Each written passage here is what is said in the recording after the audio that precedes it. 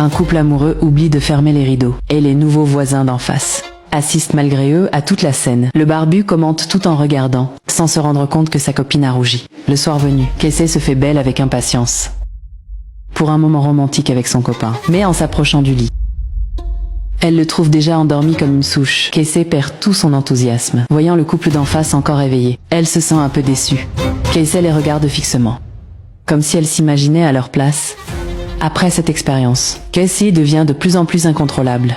Pour satisfaire sa curiosité, elle achète même des jumelles, juste pour voir ce qu'ils font chaque jour. Tous les soirs, ils observent à tour de rôle chez les voisins. Ils découvrent que le mec n'est pas net, car dès que sa femme n'est pas là, il ramène toutes sortes de beautés chez lui. En voyant ça tous les jours, Casey aimerait que son copain fasse pareil.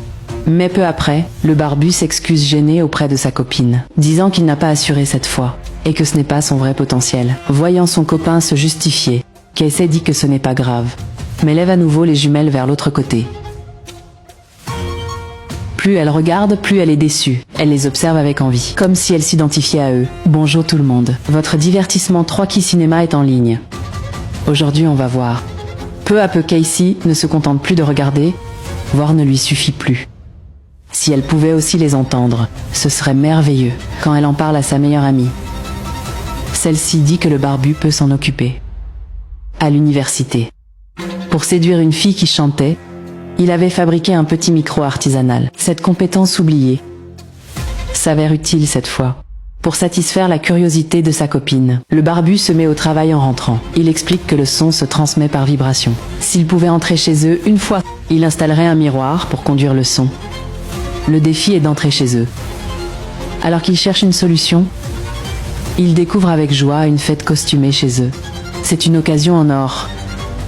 Après la tombée de la nuit, ils se sont préparés soigneusement. Ils ont réussi à se faufiler dans cette maison sans problème. Puis en profitant du moment où personne ne regardait, ils ont discrètement collé un miroir sur la fenêtre. Une fois tout prêt, ils sont retournés chez eux en vitesse. Ensuite, ils ont pris un pointeur laser et l'ont pointé vers le miroir placé à l'avance. Dès qu'ils ont entendu un bruit, ils étaient fous de joie, comme s'ils avaient gagné une bataille. Xin Yu a un concept appelé le cycle de la dopamine. Espionner active le circuit de récompense du cerveau, ce qui procure un grand plaisir. Et plus on espionne, plus cette sensation de plaisir augmente. On s'enfonce de plus en plus dedans. Cathy n'a pas l'esprit tordu. C'est son cerveau qui est contrôlé par la dopamine. Elle ne peut pas s'arrêter, non par envie de regarder, mais parce que ne pas regarder lui devient insupportable. À partir de ce moment-là, Cathy a empiré les choses. Dès la nuit tombée, elle se postait devant la fenêtre, fixant sans gêne ce qui se passait en face. Mais en voyant l'autre rentrer avec des personnes différentes chaque jour, Cathy a soudain été rongée par la jalousie.